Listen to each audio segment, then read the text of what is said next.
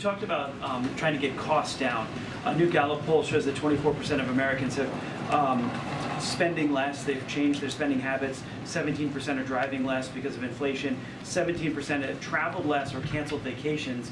The president's been to his beach house 6 times. He went on vacation in North and South Carolina. Is he considering any spending cuts for the administration or for himself personally because of inflation? Wait, can you say that part again? Yeah, so the president is, 17% of Americans have, according to this Gallup poll, have canceled vacations or traveled less. The president's been to his beach house 6 times this year. He's been in North and South Carolina on vacation. Has the president himself considered personally reducing his spending because of inflation, or had the administration reduce spending? So I'll say this. The times that the president has gone to Delaware, not including, and we were very clear that when he went to South Carolina in August and Rehoboth, he was going to go spend time with his family, which every president does. That is not unusual. That is not uncommon to do. And the president has a right to spend time with his family, just like every other American across the country. And so that was that piece of what occurred in August.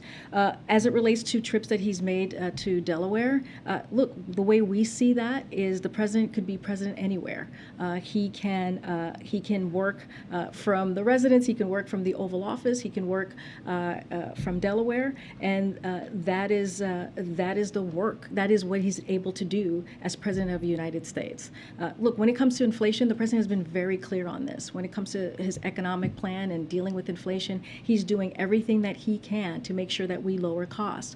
That's why the gas price is going down the last 86 days is a step forward. Bringing it down under $4, average of $3.75, is a step forward, because the decline that we have seen is indeed historic. We haven't seen that decline in over a decade. That is why it's so important that we pass the Inflation Reduction Act. That is going to change people's lives. It is a game changer. If you think about senior citizens who are paying thousands of dollars a month, $2,000 to $3,000 a month on prescription drugs. Now it's going to be capped at $2,000 a year. Those are the things that's actually very popular with the American people. And guess what? Republicans didn't vote for that, and Republicans didn't support that. Matter of fact, Republicans, what they have put forward is putting Medicare and Social Security on the chopping blocks. And so the president's going to continue to be zero focused on lowering costs for the American people, and that's what you've seen. I'm going to move on. We actually have about 10 minutes left. Go ahead. Can I actually piggyback though, Yeah. Karine, on that? Just to confirm though, are there any spending plan cuts, either personally that the president is planning to make or the White House? Because as my colleague mentioned, Americans are making some of those cuts, and I just wanted to get a clarity. We understand, and we have been very clear, and the president has said this, that we understand what the American people are going through.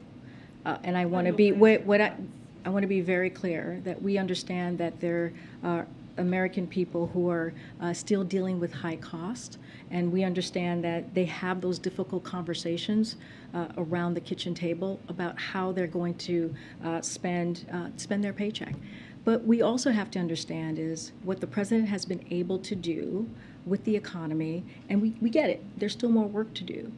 With the American Rescue Plan, with the bipartisan infrastructure legislation, with the Inflation Reduction Act, with CHIPS, are all part of a plan to make sure we don't leave anybody behind. We bring down cost. He's created more than 10 million jobs since he's walked into office. We're going to talk about COVID. If it wasn't for the comprehensive plan that the president had put forward with COVID, we wouldn't be in the position that we are right now, with more than 200 million people who are fully vaccinated.